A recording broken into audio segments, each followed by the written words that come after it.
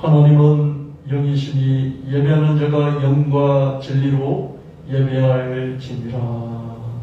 아멘. 사도신경으로 우리 신앙을 고백하도록 하겠습니다. 전능하사 천지를 만드신 하나님 아버지를 내가 믿사오며 그 외아들 우리 주 예수 그리스도를 믿사오니 이는 성령으로 잉태하사 동정녀 마리아에게 나시고 본디오 빌라에게 고난을 받으사 십자가에 못 박혀 죽으시고 장사지 사흘 만에 죽은 자 가운데서 다시 살아나시며 하늘에 오르사 전능하신 하나님 우편에 앉아 계시다가 저리로서 산자와 죽은 자를 심판하러 오시리라.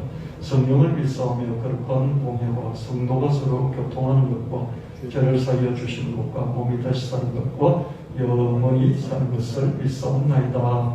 아멘. 흑암 중에 강병 주시고 삶의 희망 되시는 참 좋으신 하나님 아버지를 찬양합니다. 죄와 허물 가운데 있는 우리를 불러주셔서 주님을 기억하며 예배 자리를 이끌어 주셔서 감사합니다. 이 시간 예수님의 보혈의 피로 우리의 영혼을 깨끗하게 씻겨주셔서 정결한 심령으로 주님께 온전한 예배를 드리게 하옵소서. 코로나 전염병과 전쟁 소식, 경기 위축으로 혼돈과 삶의 어려움 속에서도 믿음을 지키며 이 자리까지 오게 하심을 감사드립니다. 바이러스의 세력이 약해져 자연 면역력이 생기고 일상생활로 속히 돌아갈 수 있도록 은혜를 베풀어 주옵소서. 또한 코로나 바이러스와 백신 부작용으로 더 이상 생명을 잃거나 연구장애를 갖는 사람이 생기지 않도록 대통령과 나라 이동자들에게 바른 판단을 할 수 있는 지혜와 지식이 넘쳐나게 하여 주옵소서. 국민의 통합을 드릴 수 있는 길을 열어 주옵소서. 미국과 러시아, 중국 등 주변국들 사이에 우리 대한민국이 뱀처럼 지혜롭고 비둘기처럼 순결한 외교 전략으로 이 어려운 상황을 헤쳐나가게 하시고 남북 종전선언이 체결되며 자유롭게 왕래하고 경제 대국을 이루는 한반도가 되게 하여 주시옵소서. 3월 대통령 선거를 앞두고 있습니다. 이 나라를 불쌍히 여기사 가장 합당한 사람이 대통령으로 당선되게 하옵소서. 주님의 핏값을 세우신 우리 예수 나비교회와 서울 청년교회를 위해서 간구합니다. 큰 재물을 얻는 큰 능력을 주셔서 금융 자산가로 사유하시고 가나안 지주가 되어 온오프 테마 말씀 교회당과 콘텐츠 제국을 세워 창조 한국 사명을 이루게 하옵소서. 예수 나비교회 성도들에게는 교회당 근처로 이사하는 일도 주옵소서. 또한 100년을 향해 나아가고 예수 향기 꽃의 향을 말씀인 교회, 개인 구원, 사회 구원, 자연 구원을 선포하는 교회 되게 하옵소서. 그로 인해 착하고 충성되고 지혜로운 성도들이 점점 불어나고 유능한 개인, 단체, 기관이 몰려들게 하옵소서. 교회 지체들과 가족들의 병든 몸과 마음을 주님 앞에 내려놓습니다. 치료의 광선을 비춰주셔서 고통을 감화해 주시고 회복과 치료가 이루어지게 하옵소서. 아직 믿지 않는 우리 가족들을 기억하여 주셔서 속히 주님을 개인의 구주로 영접하며 믿음 안에서 한 가족을 이룰 수 있도록 도와주시옵소서. 연로하신 우리 귀한 부모님들을 기억하여 주셔서 병원에 입원한 일이 생기지 않도록 늘 돌보아 주옵소서. 예수 나비교회 청소년과 청년들을 북고과 같은 묵동대로 도와여 주셔서 좋은 환경, 좋은 사람들을 만나는 만남의 축복을 주옵소서. 지식과 지혜가 충만하고 하나님과 사람들이 더 사랑스러워하는 하나님의 귀한 자녀로 성장하게 하옵소서. 각자에게 주어진 달란트를 유감없이 발휘하게 하옵소서. 무엇보다 살아계신 하나님을 만나는 체험을 주셔서 반석과 같은 믿음을 주옵소서. 주님께서 세우신 귀한 김종춘 목사님께 늘 동행하여 주셔서 성령과 지혜와 믿음과 건강이 충만하게 하옵소서. 창조 한국의 사명과 전 세계의 말씀의 콘텐츠 제국을 세우는 데 필요한 인적, 물적 자원을 끊임없이 흘려보내 주시기를 원합니다. 이 시간 말씀을 전해 주실 때 성령께서 함께하여 주셔서 듣는 우리에게는 깨닫는 은혜를 주시고 생활 속에서 살아 역사하시는 하나님의 말씀을 붙잡고 일주일 동안도 승리하는 삶을 살게 하여 주시옵소서. 변함없이 우리와 함께 하시는 예수님의 이름으로 감사하며 기도드렸습니다. 아멘.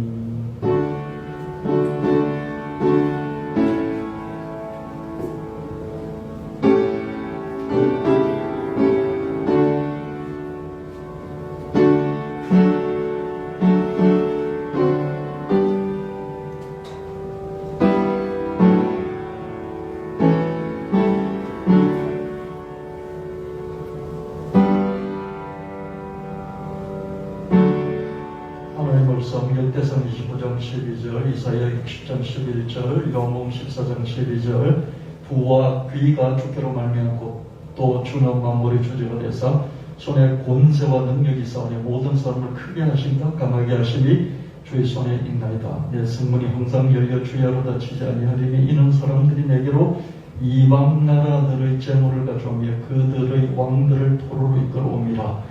내가 진실로 진실로 내게 이르노니 나를 믿는 자는 나의 하는 일을 저도 할 것이요 또한 이보다 큰 것도 하리니 이는 내가 아버지께로 감이니라. 아멘. 찬송 405장 부르시겠습니다.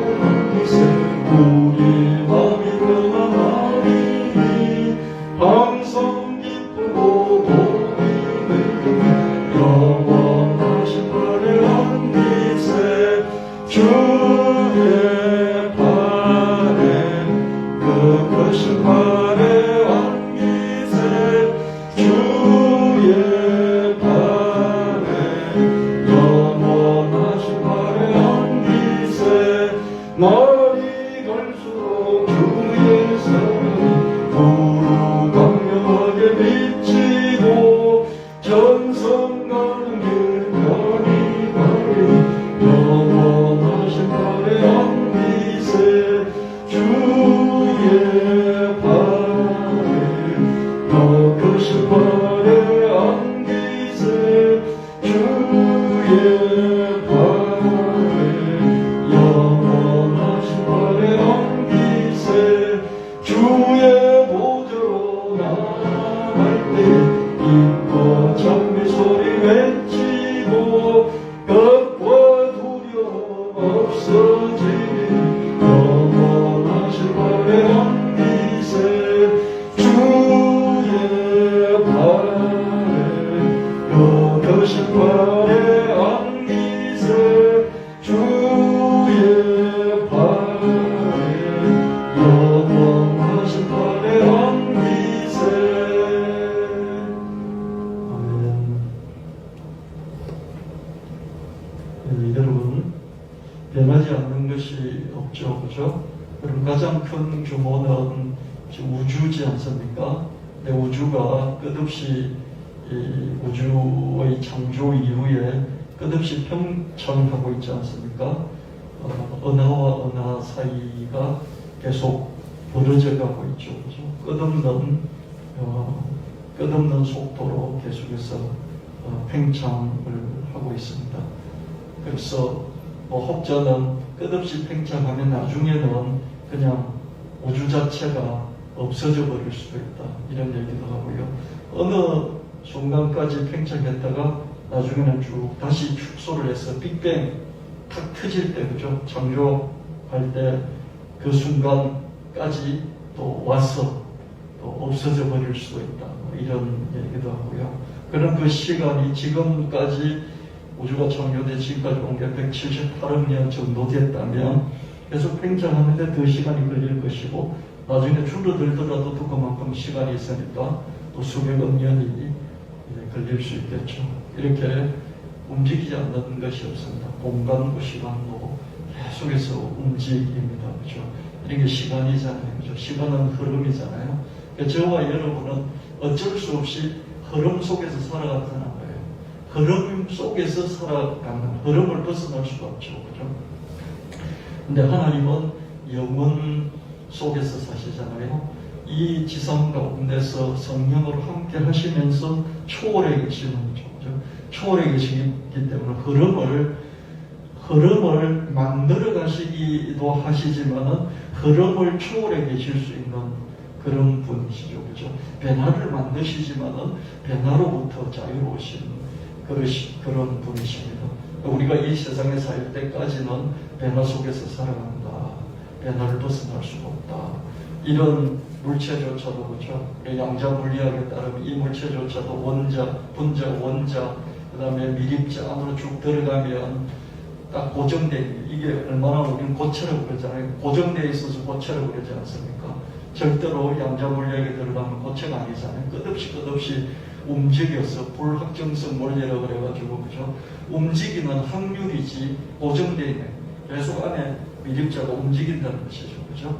그래서 확률적으로 존재할 뿐이지 이게 고정되어 있지 않다 이렇게 되잖아요. 양자의 세계도 그 미립자의 세계도 들어가 보면 하나의 확률적으로 존재하는 것이 딱 거기에 그냥 고정돼서 있는 그런 게 아니다 이렇게 말하고 있지 않습니까? 이건 둘 다 과학으로 증명된 거잖아요. 우주가 평창되는 것도 양자 물리에 의해서 고정되지 않고 확률적으로 미립자가 존재한다는 이것도 과학적으로 이미 증명됐다고도 볼 수 있는 하나의 이제 이론으로 정립이 됐다고 볼 수 있습니다.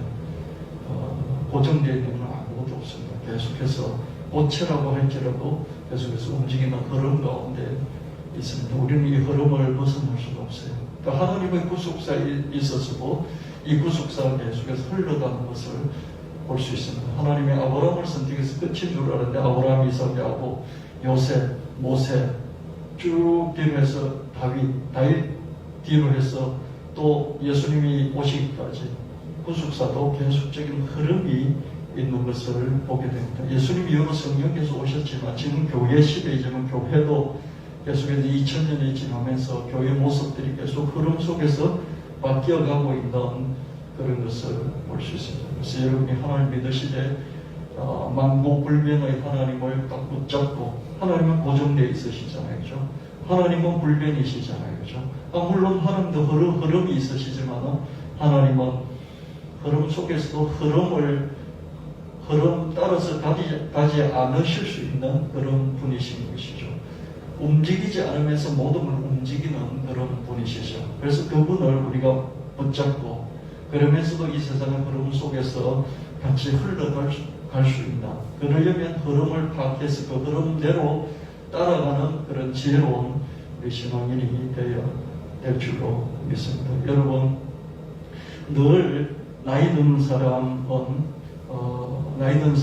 나이 어린 사람에게 자리를 물려줄 수밖에 없습니다. 왜냐하면 어떤 똑똑한 교수도요, 어떤 똑똑한 석자 교수도요, 그 밑에 배우는 학생들, 제자들에게 뒤집히기 마련입니다.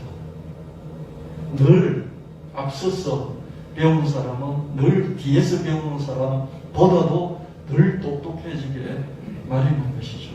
과거의 역사라든지 모든 역사들을 보면 뒤에 태어나서 뒤에 배운 사람들이 늘 앞에서 태어나서 앞에 배운 사람보다도 똑똑합니다. 모든 학문은 뒤에 태어난 사람들이 앞에 태어난 사람의 학문과 이론을 뒤집게 돼 있습니다.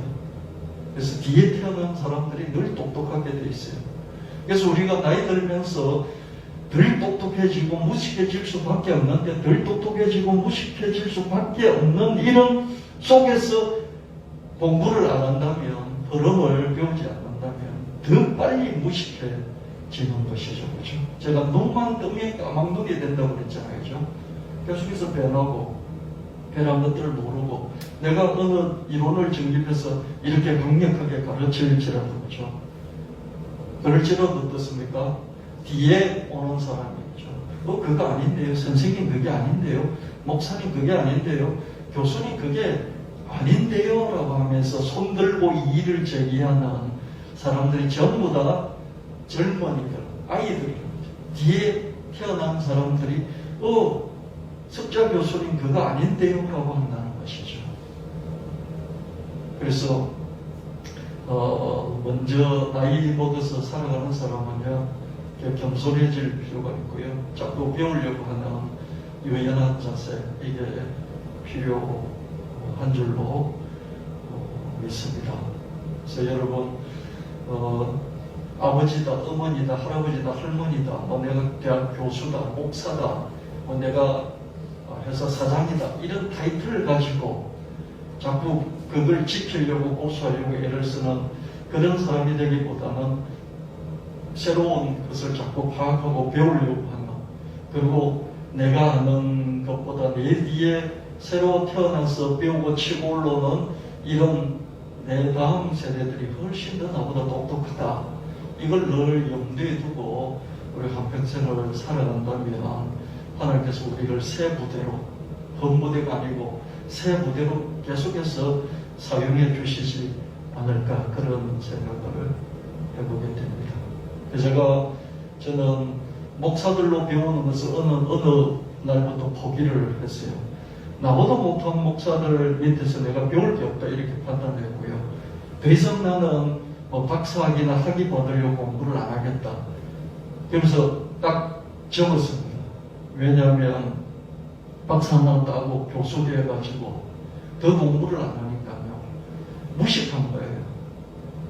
무식한 교수들 밑에서 내가 이 학위 딸리고 계속 그 밑에서 2년, 3년 계속 배우는 것이 너무 시간 낭비 같다는 생각을 어느 날 하게 됐어요. 저는 박사 학위까지 따려고 했었거든요. 목사가 되려면 그래도 많이 알아야만이 전인적으로, 육체적으로, 또 정신적으로, 영적으로 두루두루 토탈리티하게 종합적으로 인도하는, 가이드하는 그런 안내자가 될 수 있겠구나. 그래서 공부를 두루 많이 하려고 애를 썼는데요. 그렇게 제가 석사학위 3개 논문을 쓰느라고 정말 고생을 했고요. 그때마다 이 종합시험을 치르고 논문 자격시험을 치르고 그리고 난 뒤에 논문을 쓰고 나서 초고 그 다음에 재고 뭐 이렇게 해서 계속 심사를 받아나가는 그런 과정을 저는 3번이나 거쳤는데요. 그렇게 하다 보니까 어떻습니까? 딱 깨닫는 게 있는 거예요. 나보다 못한 이런 교수들 밑에서 맨날 들어가서 거기서 이렇게 검사를 받고 지도를 받고 이런 것들이 한심하다는 생각이 들었어요. 그러고 난 뒤에도 이제 목사 되고 나서 선배 목사님들한테 배울 거라고 세미나 많이 쫓아다니고 그 설교 테이프 듣고 그들이 쓴 책들을 읽고 그렇게 많이 했죠. 배우는 것도 있었지만은 시간이 아까울 때가 지나보니까 참 많았어요. 테이프 90분짜리 세미나 테이프 하나 들으면요. 한 줄도 건질 게 없는 그냥 붕붕거리기만 하는 그런 설교들도 많이 있었고요. 근데 그런 테이프들 제가 1000개를 들었으니까 참 많이 투자를 했지만은 건질 게 별로 없는 그런 게 지나고 보고 많이 있었어요. 그래서 결심을 한 게 나는 충분히 배웠으니 더 이상 내 위의 사람들한테는 배우지 않겠다. 그래서 다시 공부를 해서 머리 숙이고 들어가가지고 학위 받으려고 이게 애쓰는 그런 공부 하지 않겠다. 자유로운 공부를 하겠다. 그게 그렇게 해서 지금 제가 거의 한 7년 가까이 이렇게 목회를 하고 있는데요. 정말 저는 자유롭고요. 그러면서 계속 하고 싶은 공부를 얽매이지 않고 저 나름대로 이렇게 하면서 신앙적으로도 목회적으로도 이 설교하는 이런 부분에 있어서도 또 세상에 있는 그런 공부를 하면서요. 제가 목회하기 전에는요. 상당히 똑똑한 A급 정도의 지성을 가졌다고 생각을 했거든요. 근데 목회하면서 자꾸 B급, C급이 되는 거예요. 어느 날 제가 C급이 되는 C급이에요. 지금은 다시 B급으로, B 플러스급으로, A급으로 이렇게 좀 바뀌고 있다. 이런 생각이 들어서 기분이 좋긴 합니다. 여러분들도 학교 갈 필요가 없어요. 자격증을 따기 위해서는 학교를 가야 돼요. 그 자격증을 따서 그거 가지고 일을 해야 되기 위해서는 자격증 따기 위해서는 학위 공부를 해야 됩니다. 그럼 그게 안 될 경우에는 좀 자유롭게 요즘은 거의 모든 것들이 이렇게 나와 있습니다. 검색만 잘하면 대부분 정보들은 지식들은 얻을 수가 있습니다. 그래서 여러분들이 계속해서 여러분 자신을 위해서 투자하시기를 바랍니다. 휴대폰도 가장 좋은 곳으로 바꿔서 쓰시고요. 기능을 모르면 자꾸 배우시고요. 기능 모르면 이렇게 찾아서 배우시고요. 그렇게 해서 여러분들이 자꾸 세련되어가는 죽을 때까지 마지막 순간까지라도 새 무대로 계속 종속하는 여러분 되시기를 예수님 이름으로 축원합니다. 여러분 아무 공부를 많이 하는 그런 뜻이 아니고요. 길을 따라서 흐름을 따라서 그 흐름에 맞는 그런 큰 흐름들이 있잖아요. 그런 공부들을 하셨으면 좋겠다. 그런 말씀을 드리는 거예요. 제가 아무리 새로운 흐름, 새 무대가 되려고 공부를 이렇게 해도요, 젊은 세대를 따라가기 참 힘든 걸 느낍니다. 제 아들이 가까이서 살고 있잖아요. 그래서 저 딴에는 열심히 하는데요. 이게 제 아들한테 물어보고 그러면요, 나는 아직도 이거밖에 모르나? 그런 생각들이 들 때가 많이 있어요. 그래서 여러분들이 젊은 이 세대의 흐름에 관해서 지혜와 지식은 몰라요. 여러분 삶의 어떤 경험, 경륜에서 오는 지혜, 그것까지 못 배워야 된다는 그런 건 아니에요. 이 시대의 새로운 흐름들에 대해서는 젊은이들한테 많이 배우셔야 됩니다. 아무리 배워도요, 늘 모자란다. 그렇게 여러분들이 인정을 하셔야 됩니다. 오늘 이 설교 말씀을 통해서 좀 하나님의 새로운 흐름들을 이렇게 한 번 더 또 배우시는 여러분 되셨으면 좋겠습니다. 맨날 듣는 똑같은 말씀도 중요하지만 큰 맥을 잡아가는 이런 말씀도 신앙생활에서 반드시 필요한 것입니다. 현대인의 성경 역대상 17장 1절 4절 말씀에 다윗이 나는 궁전에서 왕처럼 살고 있는데 백향목 궁전에서 살고 있는데 하나님의 법궤, 하나님 말씀의 법궤, 하나님 말씀의 법궤를 이스라엘 백성들은 하나님이라고 그랬어요. 이 하나님은 천막, 장막, 천막 속에 있다. 그러니까 내가 백향목 성전을 지어드려야 되지 않겠냐, 이렇게 나단 선지자에게 말하니까 나단 선지자가 그래요? 그러면 그렇게 하십시오 그랬습니다. 그런데 그 밤에 하나님께서 나단에게 말씀하시기를 너는 가서 내 종 다윗에게 이렇게 말해라. 너는 내 성전을 지을 사람이 아니야. 너는 내 성전을 짓지 마. 네 아들이 지을 거야. 이렇게 말씀하십니다.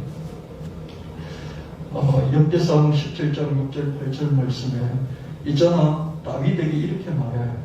너 다윗을 내가 양을 치던 양우리에서 너를 선택해서 이스라엘의 통치자로 왕으로 삼았고 네가 어디를 가든지 모든 대적을 파멸을 시켜서 너를 위해서 너 이름을 세계에서 가장 유명한 사람으로 내가 만들어 주려고 했어. 그런데 내가 너한테 뭐 이렇게 성전 지어 달라고 그런 말을 한 적이 있냐? 너 앞서 그 사사시대도 어떤 사사에게도 야, 내 성전 지어줘 이렇게 말한 적이 있냐? 나는 어디를 옮겨 다니는 그게 너희와 함께 하는 신이야. 나는 너희가 가는 곳에 옮겨 다니는 그런 얼마든지 옮겨 다닐 수 있는 그런 신이야. 한 고정돼서 그게만 있는 신이 아니라고 이렇게 말씀을 하셨습니다. 내가 그런 마음을 품는 것은 참 좋아. 근데 있잖아, 나는 너를 위해서 너를 양치던 양육동인데 왕으로 세웠잖니? 그리고 너희 모든 대적들을 내가 박살내버렸어.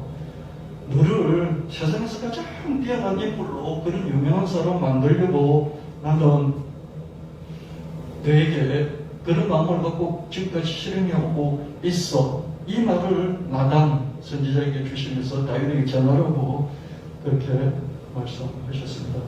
하나님과 다윗의 이런 친밀한 일대의 어떤 그 관계, 끈끈한 관계, 이런 것들을 볼 수가 있습니다.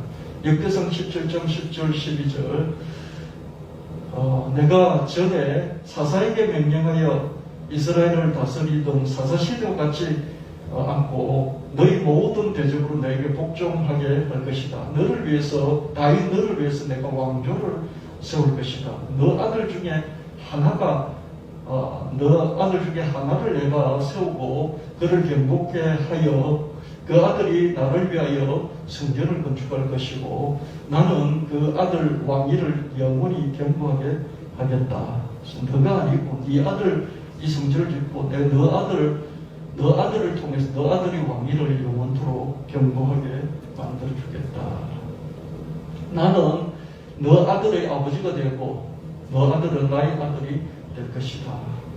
나는 너 아들이 잘못할지라도 그에게 왕위를 뺏지 않을 것이다. 그 아들의 왕위가 영원히 견고하리라.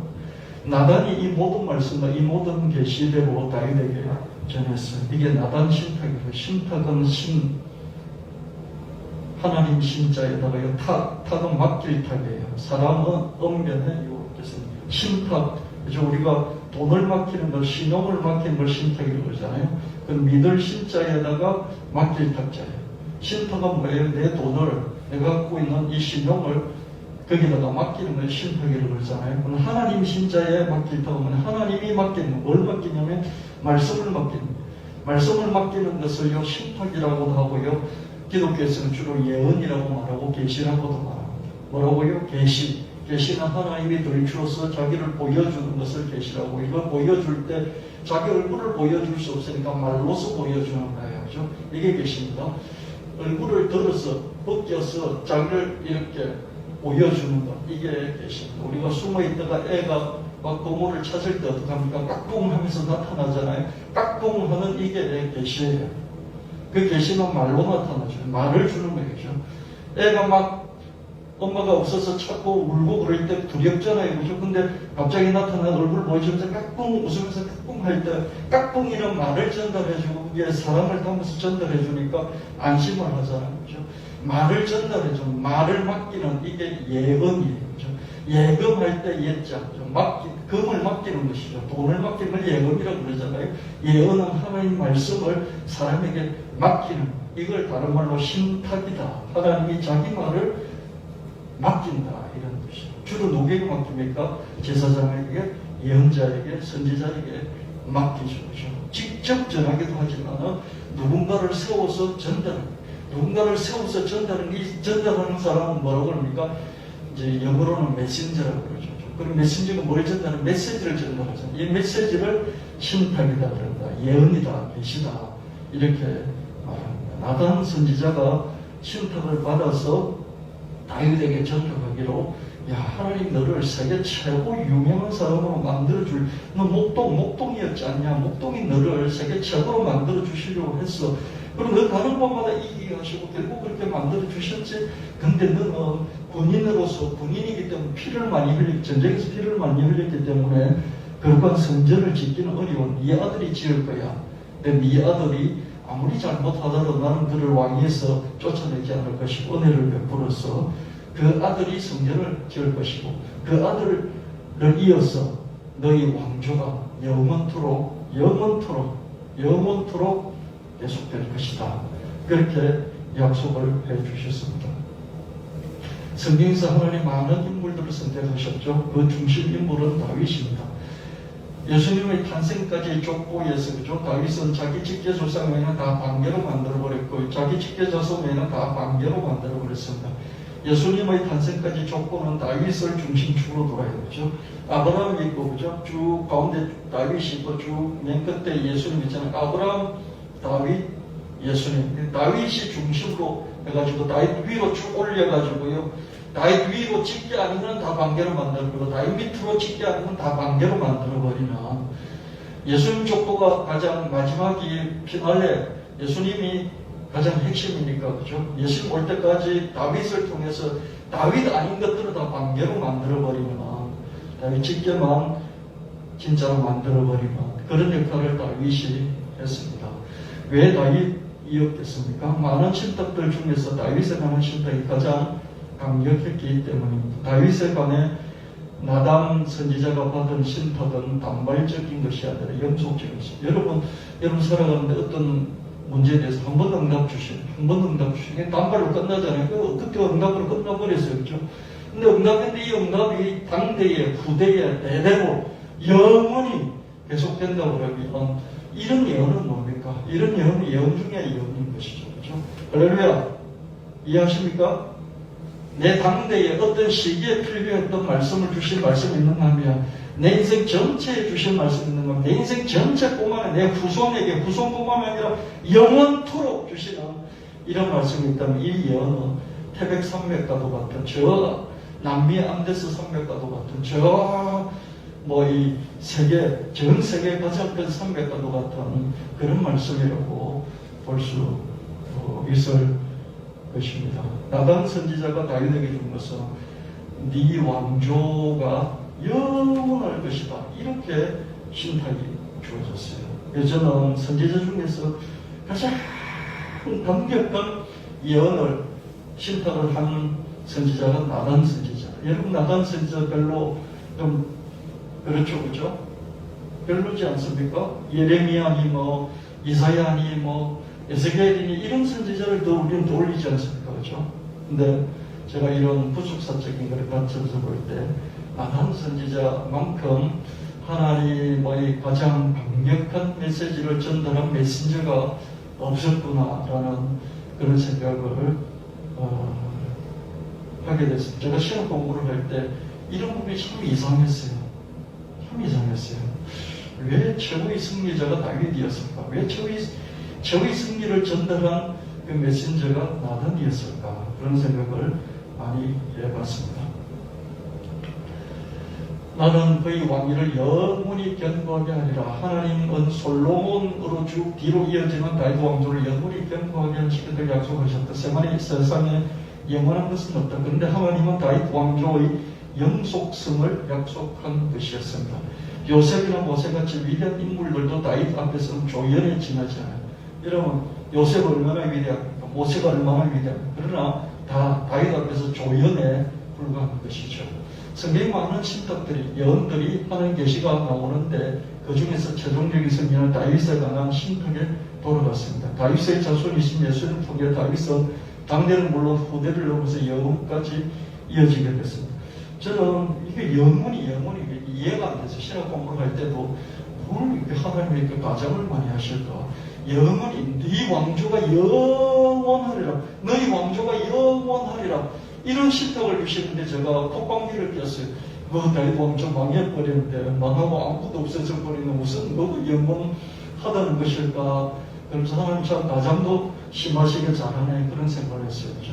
근데 가만히 보니까 예수 그리스도를 통해서 하나님의 왕국이 영원히 계속되는 거예요. 자기 씨앗을 통해서 영원히 계속되는 거예요. 할렐루야.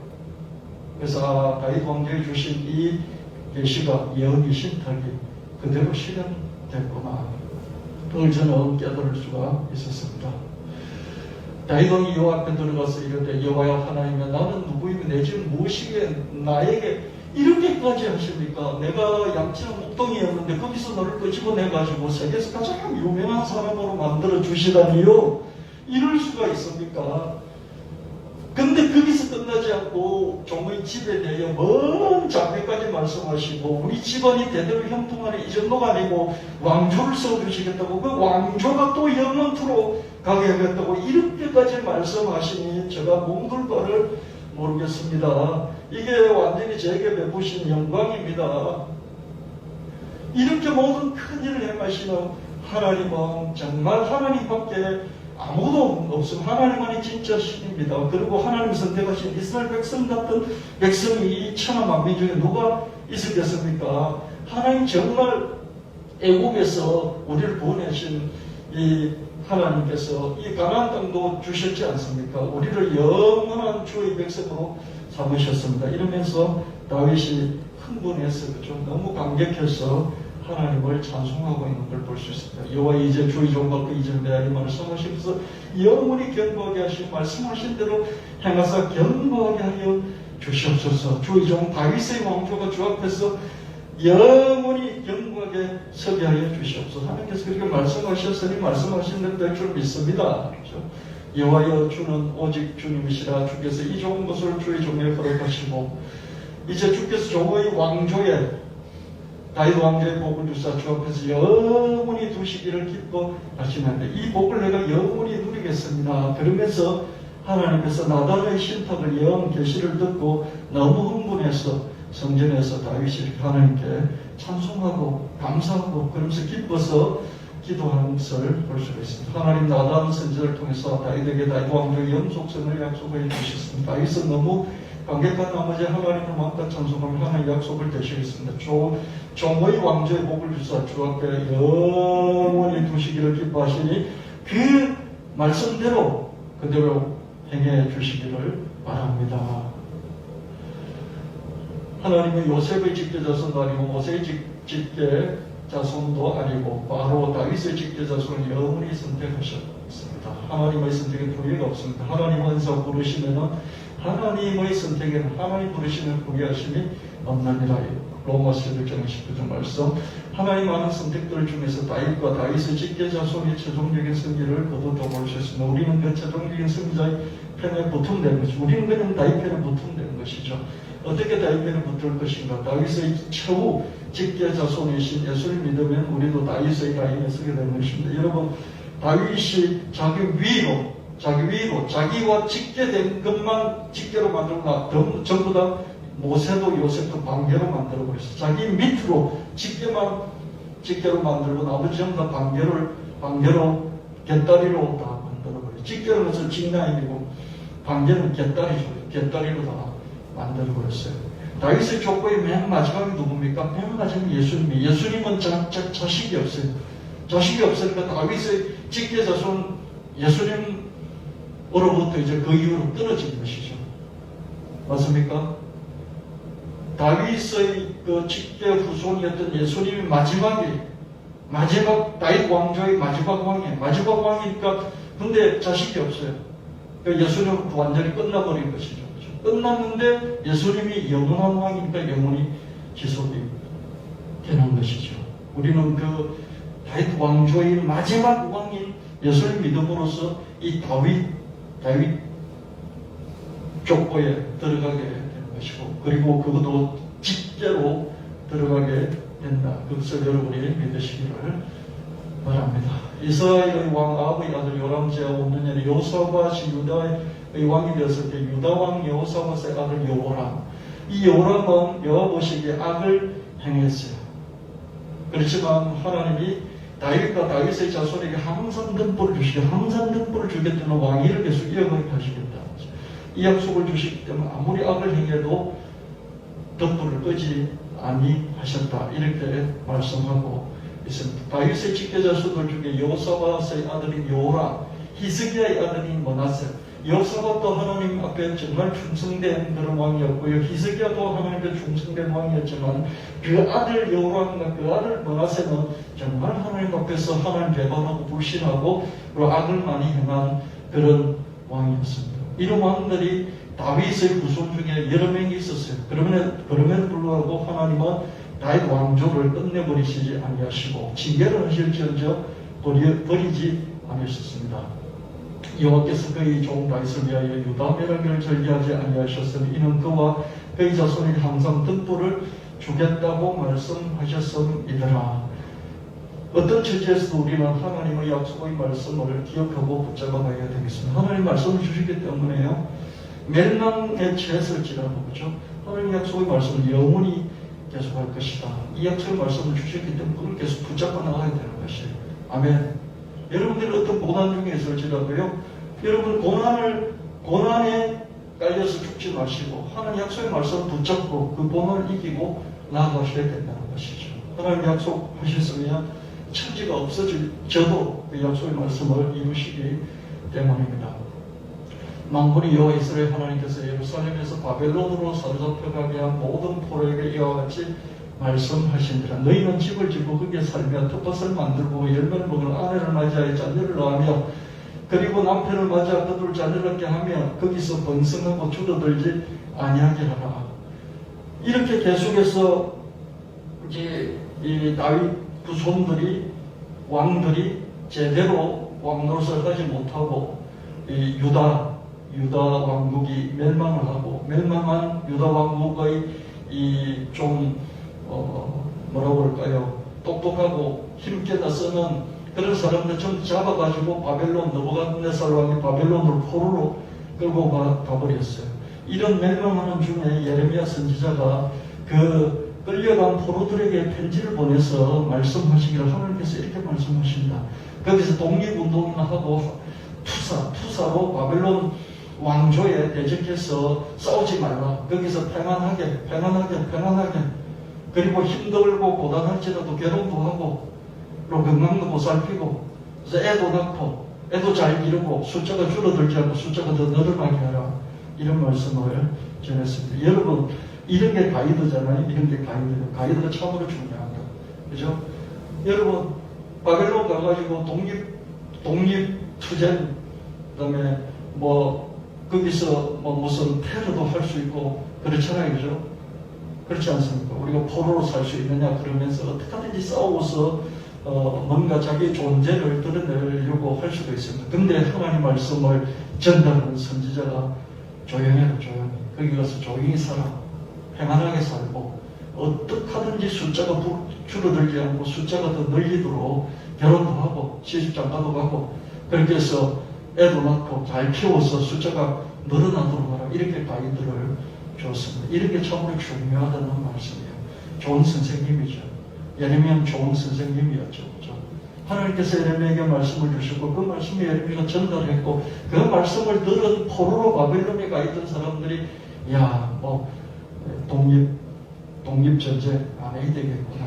그냥 복종하면서 시키는 대로 잘 하면서 목숨 부지하고 후손들을 낳아서 잘 길러야 되겠구나. 이런 중에 하나님 신앙을 전하고 민족의 정체성을 잃지 않게 만들어주고 그렇게 하면 되겠구나. 이렇게 방향성을 준 것이죠. 이게 인생에서 삶의 참으로 중요하다는 생각이 듭니다. 예레미야 29장 8절 10절 말씀 만군의 여호와 이스라엘 하나님께서 이같이 말하노라 너희 중에 있는 선지자들에게와 전쟁이들에게 미혹되지 말라 거짓을 예언한다. 70년 동안 너희가 바벨론에서 있다 보면 나중에 하나님께서 너를 다시 예루살렘으로 유다로 다시 귀환하게 하실 거야. 이렇게 말씀을 계속해서 편지를 통해서 전달을 하는 것을 볼 수 있습니다. 어디에서나 그죠? 어디에서나 거짓 예언자가 있다. 거짓 예언자가 뭐 이상한 걸 꿈이나 환상이나 뭐 음성을 들었다고 말하고 이것저것 다 보태어가지고 거짓 예언을 한다는 거죠. 뭐 독립운동을 벌이라든지 뭐 70년이 아니라 10년 만에 도로 다시 고국으로 갈 것이라든지 온갖 거짓된 예언들을 한다는 거죠. 그건 믿지 마. 처음부터 딱 못을 박는 것이죠. 여러분 저도 목회하고 여러분 신앙생활 오래 하다 보면요 늘 이런 것에 부딪히게 됩니다. 어느 교회 뭐 이 유명한 것이 있다고 하더라, 유명한 것이 있다고 하더라, 뭐 어느 기도원에 이런 게 있다고 하더라. 그런 것들이 자꾸 들려요. 그러면 거기에 자꾸 빠지게 되는 그런 걸 볼 수 있습니다. 근데 우리가 뒷동산 같은 산에 오르지 않고 저 태백 산맥이나 저 안데스 산맥이나 저 큰 세계적인 그런 이 히말라야 산, 힌두쿠시 산맥인가요? 이런 산맥을 알고 붙들고 있다는 거죠. 자잘한 이런 예언들에 이렇게 우리가 흔들리지 않을 것입니다. 예레미야가 딱 못을 박아주는 것이죠. 그런 자잘한 것에 얽매이지 마. 뭐 이렇게 좋은 말 하면서 뭐 내년에 너희들을 고국으로 돌아오게 하나님이 하실 거야. 이런 말 믿지 마. 70년 알았지? 70년이 지나야 되는 거야. 그러니까 너도 건강하고 네 아들도 건강하고 네 아들뿐만 아니라 네 손자까지도 건강하게 포로된 곳에서 잘 살아야 되는 거야. 이렇게 삶의 가이드라인을 정해주는 것을 보게 됩니다. 여호와의 말씀이다. 너희를 향한 포로된 너희를 향한 하나님의 생각은 평안이다. 재앙을 주는 게 아니야. 미래와 희망을 주는 것이야. 너희를 포로된 중에서 돌아오게 할 것이야. 반드시 돌아오게 할 것이야. 너희 기도를 들 것이니까 거기서 포로된 거기서도 나에게 기도하고 그러면 응답받을 것이고 거기서 너희가 삶의 길을 찾게 될 것이야. 거기서 딴짓하지 말고 하나님 믿고 거기서 하나님 함께 하시는 하나님 믿고 하나님께 기도하고 그리고 너희들에게 소망과 미래를 반드시 주고 미래를 열어서 너희를 반드시 복으로 돌아오게 할 것이니까 알았지? 거기서 잘 살고 있어. 이렇게 예레미야 선지자가 다시 말씀을 하고 있습니다. 유다 백성이 불신과 죄악의 누적으로 그것 때문에 바벨론으로 포로를 붙잡혀 갔습니다. 하나님 예레미야 선지를 통해서 유다 백성이 바벨론에서 최선을 다해 살라고 말씀해 주십니다. 거짓 선지자를 믿지 말고 결혼해서 아이를 낳아 기르며 번성하라고 당부를 하십니다. 그러다 보면 70년 만에 다시 복으로 되돌아올 수 있을 것이라고 약속해 주십니다. 하나님은 바벨론에서도 함께 하시고 전심으로 구하는 길에 응답해 주시겠다 약속하십니다. 하나님은 재앙이 아니라 평안, 미래의 희망을 주시겠다고 이렇게 약속을 하시는 것입니다. 그러나 70년이 어떻습니까? 손자가 이제 청년이 되는 그런 기간에 손자가 청년이 되는 거예요. 내가 바벨론으로 떠날 때 내가 장년이 있었어. 예? 30대, 40대였어요. 근데 70년을 더 하면 어떻습니까? 100살이 되는 거예요. 난 죽고 없어지고 내 아들이 이제 노년이 되고, 그죠? 손주가 청년이 되는 그런 나이가 되는 것이에요. 그 기간을 너희가 계산을 하고 나보대지 말고 70년은 지내야 된다 생각하면서 멍해를 내고 그 기간을 잘 견디도록 해. 네가 그렇게 살아줌으로써 네 아들도 네 손자도 되고 미래를 얻고 희망을 얻게 되는 것이야. 이렇게 말하고 있습니다. 할아버지 대가 할 일이 있고요. 아버지 대가 할 일이 있고 손자 대가 할 일이 있잖아요. 그죠? 아버지와 할아버지가 해야 될 일은 뭡니까? 미래를 위해서 손주대에 길을 열어주는 것이죠. 이게 해야 될 몫인 것이죠. 이걸 하라고 예레미야 선지자를 통해서 포로들에게 하나님 당부하시는 것을 볼 수가 있습니다. 스가랴, 에스라 선지서로 들어가 보면 에스라 1장 1절에 3절 말씀에 바하사 왕, 페르시아 왕 고레스 원년에 여호와께서 예레미야 입을 통하여 하신 말씀을 이루게 하시려고. 예레미야 70년 그랬잖아요. 그 말씀이 이제 이루게 하시려고 바벨론이 망하고 바벨론 다음에 페르시아 왕이 등장했어요. 페르시아가 이제 중동 일들을 전부 다 패권을 쥔 대제국이 되었어요. 그때 페르시아 초대 대왕이었던 고레스 원년 딱 그 첫 해에, 그죠? 하나님께서 예레미야 입을 통하여 하신 말씀을, 약속하신 말씀을 이루게 하시려고 바사왕 고레스의 마음을 감동시켜 주셨어요. 온 나라에 공포도 하고 조서도 내려서 바사왕 고레스를 말하니 하늘의 하늘 여호와께서 세상 모든 나라를 내게 주셨고 나에게 명령하사 유대 예루살렘의 성전을 건축하라 하셨다. 이스라엘의 하나님 참 신이시라. 너희 중에 거의 백성된 영 다 유대 예루살렘에 올라가 거기서 하나님의 성전을 건축하라. 여러분, 느부갓네살 그 바벨론을 무너뜨리고, 그죠? 지금의 이제 바벨론은 지금 이라크 있는 그 지역이고요. 페르시아는 이란 이 지역이죠. 좀 더 동쪽에 있던 페르시아가 일어나가지고 이 바벨론을 무너뜨리고 어떻게 됐습니까? 중동 일대의 패권을 지닌 대제국이 되었어요. 그렇게 만든 자가 고레스 왕이에요. 고레스 키루스 대왕이에요. 이 키루스 대왕은 종교 융합 정책을 펼쳤어요. 모든 민족의 종교를 자기 민족의 종교로 통합하지 않고요. 각 민족마다 섬기는 종교를 그대로 인정해주고요. 그 종교를 그 민족마다 이렇게 그 신을 섬기게 했어요. 섬기게 해서 자기를 위해서, 자기 왕조를 위해서 빌어주기를 원하는 그런 종교 통합 융합 정책을 펼쳤습니다. 무슨 말이냐 하면 느부갓네살은 자기 신 외에는 그냥 다 무시해버리고 하나로 통일시키고 모든 걸 통일시키는 그런 정책을 펼쳤다면 페르시아의 제국의 첫 왕이었던 고레스 키루스 대왕은 종교 융합 정책을 펼쳐서 각 민족마다 섬기는 종교 신과 그리고 그 성전과 제사를 다 인정을 해줬어요. 그래서 포로로 잡혀왔던 각 소수 민족들 풀어서 다시 고국으로 돌아가게 만들고 거기서 성전을 다시 재건하고 거기서 제사를 자기 민족의 신에게 드릴 수 있도록 그렇게 했어요. 이렇게 한 것마저도 하나님이 고레스를 이 키루스 대왕을 감동시켜서 그렇게 했다고 성경 기록하고 있어요. 키루스 대왕은 하나님, 여호와 하나님만 믿지 않았어요. 다른 신도 믿었어요. 그리고 여호와 하나님도 믿었어요. 그리고 여호와 하나님을 이스라엘의 신으로 인정을 해준 것이죠.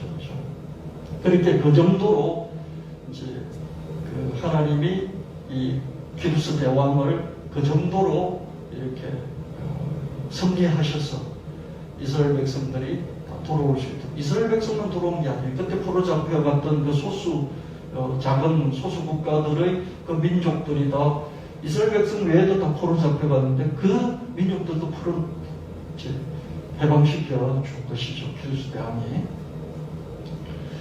그 남아있는 백성이 어느 곳에 머물러 살든지 그 유다 백성이 어느 곳에 포로에 있든지 돌아갈 때 있잖아. 음과 금과 물금과 짐승으로 도와주라.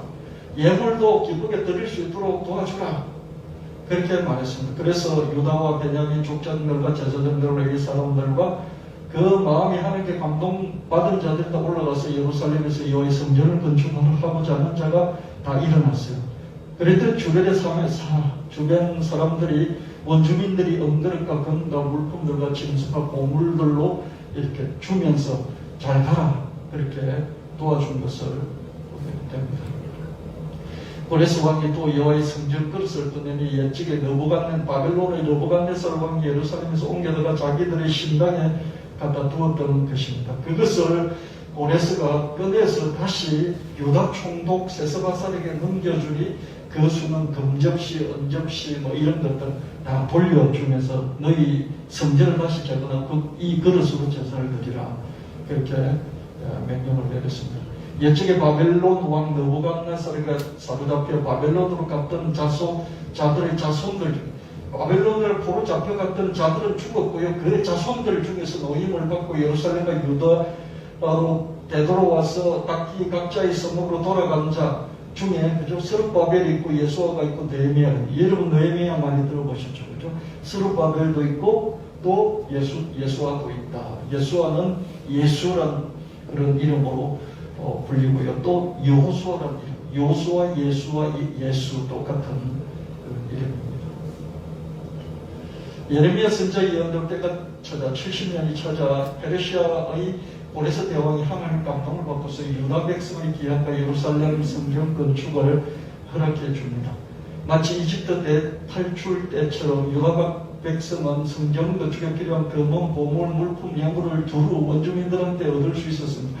또한 예전에 빼앗겼던 예루살렘 성전의 그릇들도 다 돌려받을 수 있었습니다. 수만 명의 귀한 자들이 생겼는 그 귀한 자들 중에는 유다 총독 스룹바벨, 대제사장 예수와 고위 관리 출신이었던 느헤미야, 이런 사람들이 거기에 포함되어 있었습니다.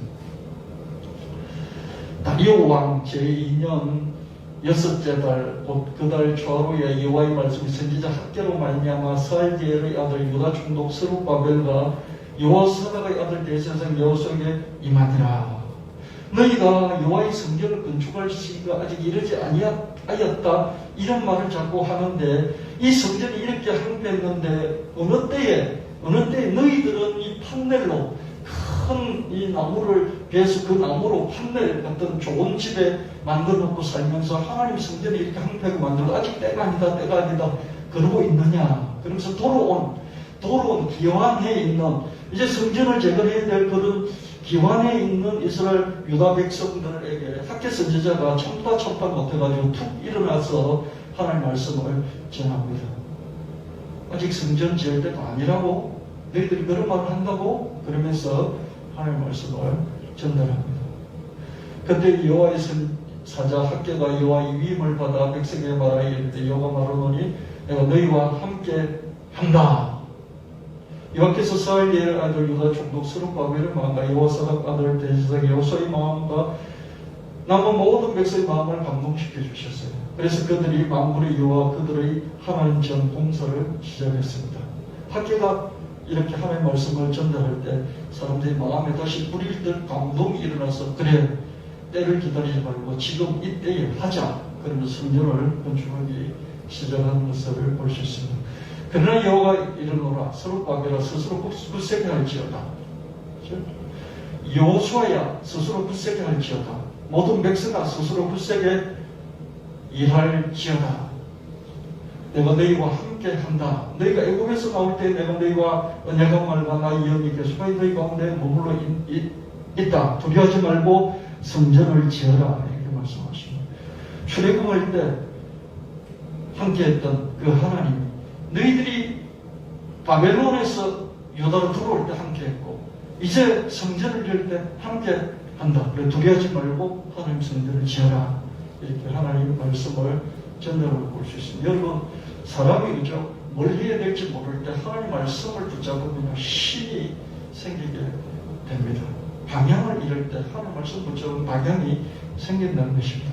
만군의 여호와가 이같이 말합니다. 조금 있으면 내가 하늘과 땅과 바다와 육지를 진동시킬 것이다. 모든 나를 진동시킬 것이다. 모든 날의 보배가 올 것이다. 은도 내 것이고 금도 내 것이다. 이 성전, 지금 짓는 이 성전 나중 영광이 이전에 예루살렘 솔로몬이 지었던 영광보다 더 클 것이다. 내가 이 성전에 평강을 줄 것이다. 학계 선지자가 학계 2장 6절 9절 말씀에 다시 그 모였던 귀환에 있던 하루하루 먹고 살기 바쁘고 정착해서 다시 자기 집안을 세우기 바쁜 그런 사람들 불러다가 이렇게 하나님의 말씀을 전합니다. 그랬을 때 다시 마음에 감동과 마음에 힘이 생기면서 힘을 모아서 하나님 성전을 짓는 것을 볼 수가 있습니다. 예루살렘 성전 구축이 늦어지자 학계 선지자가 일단 하나님의 말씀을 전합니다. 이집트 탈출을 할 때 그 하나님이 지금 여러분과 함께 계신다. 두려워하지 말라. 스룹바벨도 예수와도 백성들도 담대하라. 성전 건축을 늦추지 말라. 보배들이 답지할 것이다. 성전의 영광이 이전보다 더 클 것이다. 평강을 주리라. 하나님 말씀에 감동된 스룹바벨 예수와 백성들의 성경 건축에 나섰다. 핑계 없는 무덤이었거든. 하나님의 말씀을 붙잡은 이 일할 힘을 얻게 된다. 이런 핑계 없는 무덤이 없잖아요. 무엇이든지 어떤 일에는 핑계될 게 있어요. 이래서 저래서 반드시 핑계될 게 있습니다. 일이 크면 클수록 핑계는 더 많고 커지죠. 그죠?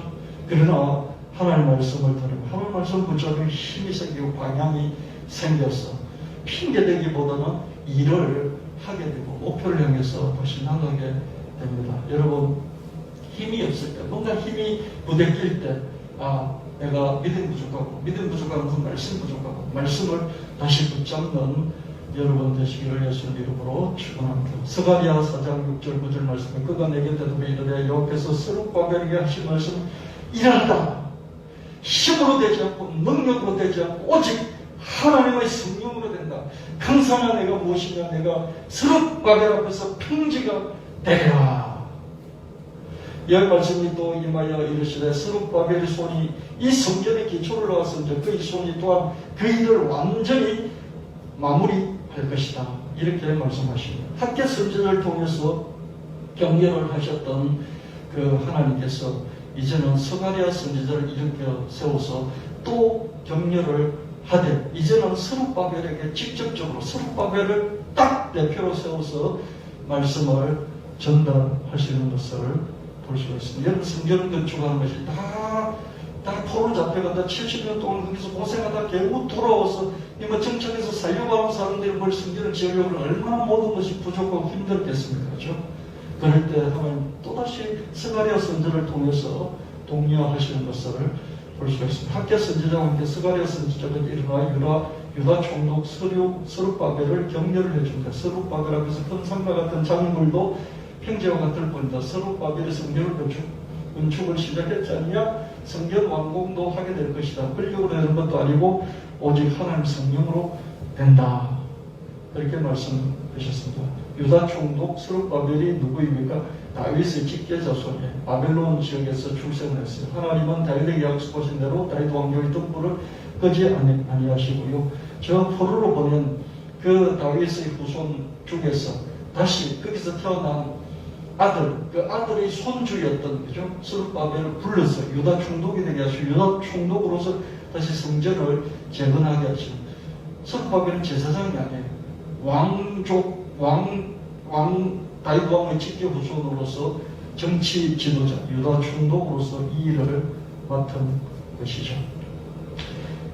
마태복음 1장 10절 13절에서 히스기야는 문하세는 아몬을 낳고 아몬이 요시아를 낳고 바벨론으로 사로잡혀 갈 때에 그죠? 요시아가 사로잡혀 갈 때 그죠? 그때 여고냐와 그 형제를 낳죠. 그죠? 사로잡혀 갈 때 요시아가 사로잡혀 갈 때 그때 여고냐와 그 형제를 낳죠. 그죠? 그리고 바벨론으로 사로잡혀 간 후에 여고냐가 바벨론으로 사로잡혀 갔잖아요. 그 여고냐가 스알디엘을 낳았어요. 스알디엘이 스룹바벨을 낳았어요. 보세요. 다윗의 후손들 중에 히스기야, 요시야, 여고냐가 나 포로로 잡혀가서 낳은 아들이 스알디엘이, 스알디엘이 낳은 아들이 스룹바벨이 여고냐의 손주인 것이죠. 그렇죠? 손주가 저렇게 70년 동안 자랐던 것을 볼 수 있습니다. 스룹바벨을 쭉 통해서 야고보 마리아의 남편 요셉을 낳으신 마리아에게서 그리스도를 칭하는 예수가 나시니라. 보세요.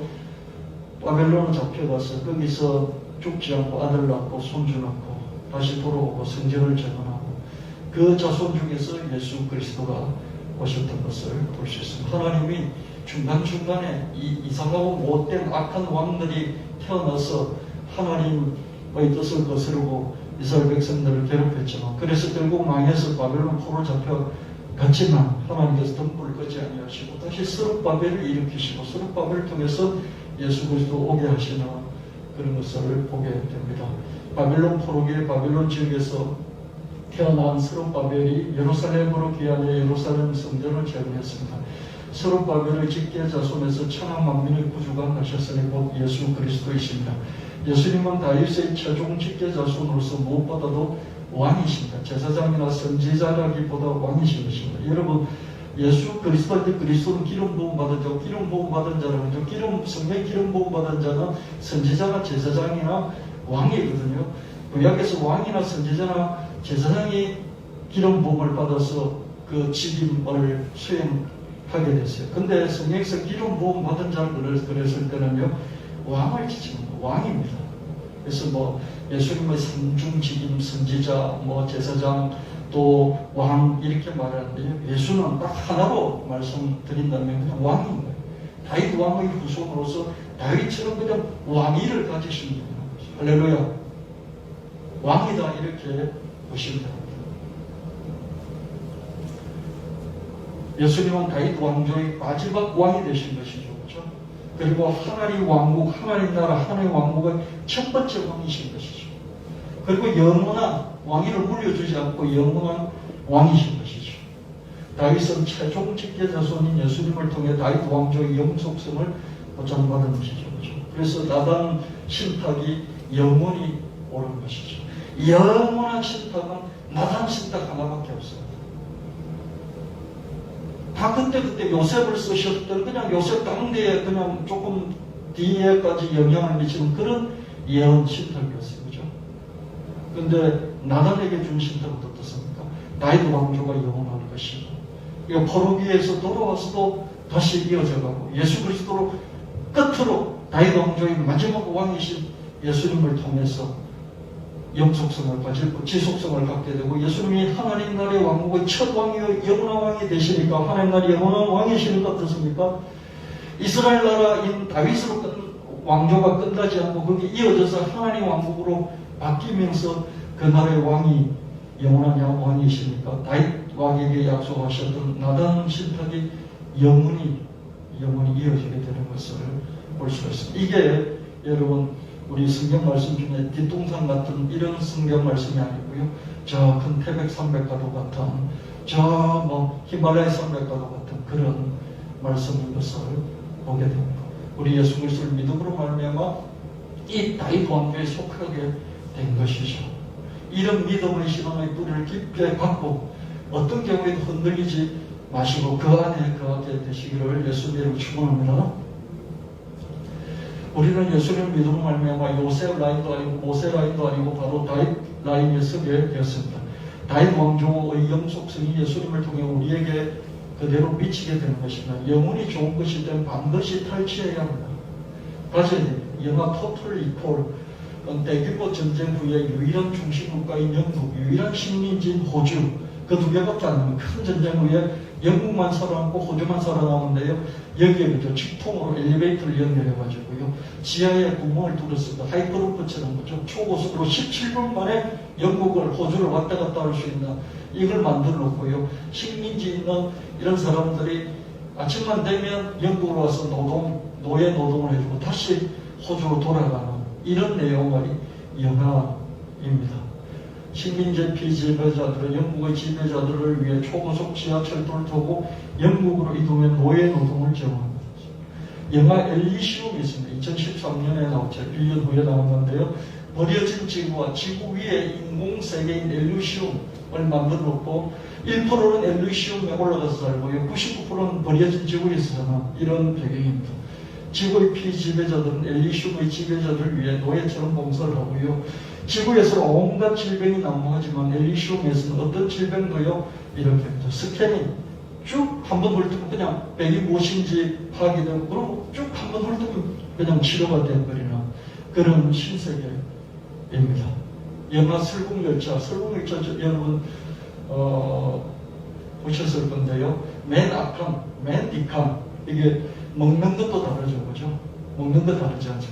극단적인 그런 빈부격차를 그 배경으로 설국열차 보여주고 있죠. 이 세 영화의 주인공들은 목숨을 걸고서 지배계급의 권력을 공격해서 마침내 탈취를 하는 그런 내용으로 되어 있습니다. 디지털 혁명의 가속으로 필리핀 도입부의 양극화가 점점 더 심해지고 있어요. 저 영화들처럼요, 극심한 양극화를 깨뜨리는 싸움을 벌여요. 여러분, 갈수록 그냥 우리가 옛날 같은 신문제가 아닌데도요, 옛날의 신문제보다도 더 필리핀 도입이 강화된다. 그런 쪽으로 가고 있습니다. 물론 엄청난 속도의 기술 변화 때문에 이런 일들이 기술을 쥐고 있는 사람들이 그죠? 자본과 결탁해가지고 자본까지 갖게 되면서 이런 현상이 더 심화되고 있습니다. 그래서 이걸 깨뜨리는 싸움을 벌여야 합니다. 좋은 것을 두고 싸우지 않습니다. 좋은 것을 차지하려고, 엘리시움을 차지하려고, 영국 연방을 차지하려고, 그죠? 그리고 또, 이 설국열차의 맨 앞판을 차지하려고 싸우잖아요, 그죠? 그런데 영원히 좋은 것을 두고는 목숨을 걸고서라도 싸워야 합니다. 다윗 왕조의 영속성, 곧 하나님 왕국의 영원성은 영원히 좋은 것이에요. 할렐루야. 다윗 왕조의 영속성, 그건 최후의 승리거든요. 근데 그게 하나님 나라의 영원성으로 이어졌지 않습니까? 그죠? 이건 영원히 좋은 거예요. 이건 잃지 말아야 돼요. 이건 무슨 수를 써서라도 가져야 돼요. 천국은 침노를 당하는, 천국을 공격하는 천국을 빼앗으리라. 공격해서 이 좋은 것을 가지라는 것이죠. 그런데 다윗 왕조의 영속성, 곧 하나님 왕국의 영원성은 예수 그리스도 안에 있죠. 우리는 목숨을 잃을지언정 예수님을 잃지 말아야 합니다. 예수님 안에 영원히 좋은 것이 있기 때문에 좋은 것을 두고도 치열하게 싸우는데 영원히 좋은 것을 위해서라면 목숨을 걸어야 할 것입니다. 큰 고난이나 큰 행복 때문에 예수님을 버리지 맙시다. 예수님 안에 영원히 좋은 것이 있어요. 토탈 리콜이라든지요, 엘리시움, 설국열차 이런 걸 보면 지배계급과 피지배계급의 싸움이 지배계급의 권력을 계속 공격해서 마침내 이기거든요. 이 세상에 좋은 것을 얻기 위해서 그렇게 싸우는데 우리는 예수님 안에 있는 이 성경 통틀어서 다윗의 왕조의 영속성, 나단 식탁, 그것이 가장 강력하게 영원히 뿌리를 내리고 가고 있어요. 그것이 예수 그리스도 안에서 하나님 왕국으로 우리에게 주어져 있습니다. 우리가 예수를 믿으면 이 영원히 좋은 것을 영국이나 엘리시움이나 설국열차의 맨 앞판 같은 거하고 비교할 수 없는 우리 이것을 놓치지 말아야 되는 것입니다. 이것은 예수님 안에 있어요. 예수를 잃으면 이 모든 걸 다 잃게 됩니다. 여러분, 저 강남 가려고, 강남 좋은 땅 차지하려고 얼마나 많은 사람들이 공경을 합니까? 그렇죠? 그보다 훨씬 좋은 것, 영원히 좋은 것이 예수 그리스도 안에 있습니다. 우리가 너무 고난을 많이 당하면요, 크게 당하면요, 예수를 버려요. 고난 때문에 예수를 버리는 거죠. 너무 행복하고 잘 풀리고 근심 걱정이 없어도 예수를 버려요. 예수를 믿을 이유가 없어지고요. 너무 잘 돼도 너무 못 돼도 예수를 버리고, 너무 못 되면 나를 이렇게 할 수 있으니까 그래서 버리고요. 너무 잘 되면요, 어떻습니까? 부족함이 없기 때문에 예수를 버리고요. 하나님 왕국도 눈에 보이지 않잖아요. 예수님도 눈에 보이지 않잖아요. 그러니까 버리기가 너무 쉬운 거예요. 여러분, 예수를 버리지 마시길 바랍니다. 어떤 경우에도 예수를 버리지 마시고 꼭 붙잡고 하시고, 예수를 버리지 않으면 예수의 말씀을 붙잡는, 예수의 말씀을 붙잡는 그 가장 큰 줄기인 다윗 왕조의 영속성, 하나님 왕국의 영원성, 예수 그리스도 안에 있는 이 영원히 좋은 것, 이것을 내가 차지하기 위해서 목숨 걸고서라도 목숨을 잃을지 않죠. 이것을 잃으면 안 된다. 그 중심으로 평생을 살아가시는 저와 여러분 되시길 축원합니다. 하나님 왕국의 영속성, 이것은 영원히 좋은 것이고, 이것은 여러분 절대적으로 소유해야 된다는 걸 잊지 마시기를 주님을 축원합니다. 하나님 아버지 고맙습니다. 오늘 말씀을 통해서 우리에게 큰 신앙의 산맥을 붙잡을 수 있게 하셔서 감사합니다. 이걸 붙잡고 이 안에 영원히 거하며 예수 그리스도를 통하여 영원히 좋은 하나님 나라의 왕국을 우리가 가질 수 있게 하여 주시옵. 절대로 놓치지 않고 끝까지 붙들고 우리 것으로 만들어가는, 공격하여서 탈취하는, 정치하는 우리가 되게 하여 주옵소서. 예수님의 이름으로 간절히 기도합니다. 아멘. 찬송 50장 부르시고 준비한 내용 함께 드리시겠습니다.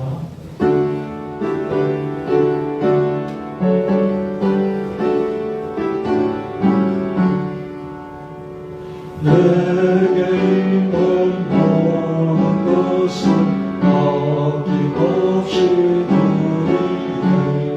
사랑하고 의지하는 주만 따라 살리라. 주께 드리네. 주께 드리네. 사랑하는 구주 앞에 오르네. 내게 있는 모든 것을 겸손하게 드리네. 세상 몫을 널리 하늘 받아 주소서. 주께 드리네. 주께 드리네. 사랑하는 구주 앞에 오르네. 내게 있는 모든 것을 주를 위해 드리네. 주의 성령 충만하게 내게 내려주소서. 주께 드리네. 주께 드리네. 사랑하는 구주 앞에 오르네.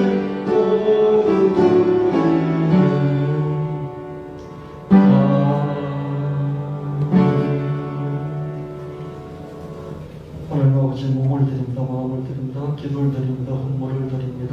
하나님 다 받아주시고 기억하시고 잊지 마시고 우리 기도 제목 낱낱이 돌아보시며 때를 맞추어서 가장 좋은 가장 좋은 방법으로 하나님 억만매로 갚아주시고 당대에 갚아주시고 후대에 갚아주시고 영원히 갚아주시옵소서. 이 교회 문들을 밟고 들어오는 전부 다 큰 점을 하는 큰 능력을 얻게 하시고 하나님 금융자산과 금융자본가가 되게 하여 주시옵소서. 이것저것 만들어서 팔아서 돈을 벌 뿐만 아니라 돈을 모아서 돈을 굴릴 수 있는 자본가들이 다 되게 하여 주시고 하나님 우리가 자본가를 주님께 또한 아낌없이 드려 테마 말씀 교회당을 세워 드릴 수 있도록 축복하여 주시옵소서.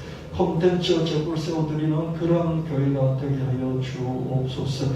감사드리고 그렇고 없인 주 예수 그리스도로 간절히 축복하고 기도합니다. 아멘.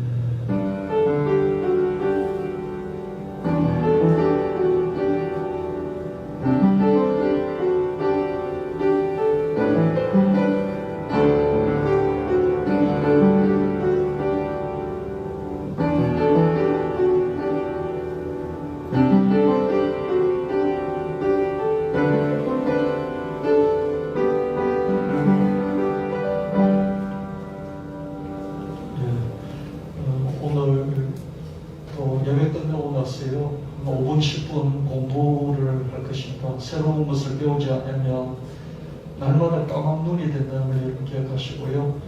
이 시간 잠시 잠깐이지만 새로운 거 배운다 생각하시고 시간 투자하시길 바라고요. 다 같이 일어나셔서 623장 찬송 드리고요. 축복받고 기도하시겠습니다.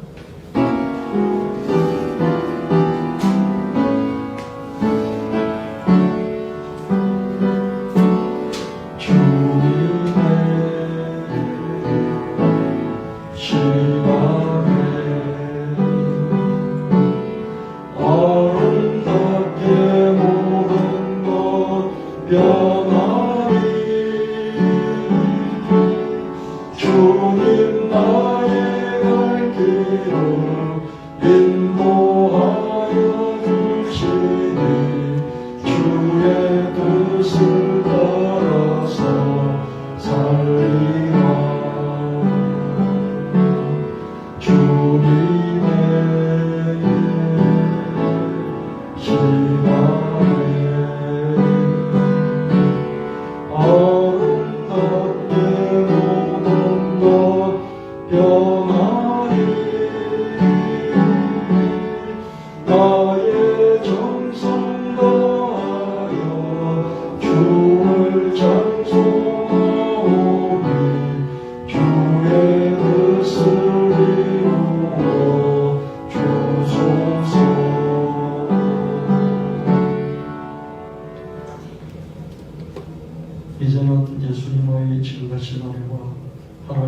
아버지의 영원 무궁하신 사랑하심과 성령 하나님 끝까지 섭리하시니 예를 드는 성도들 머리에 가진 일대하고 그의 삼시사부에 맡겨진 성도들 머리 위에 영원히 함께 하실지어다.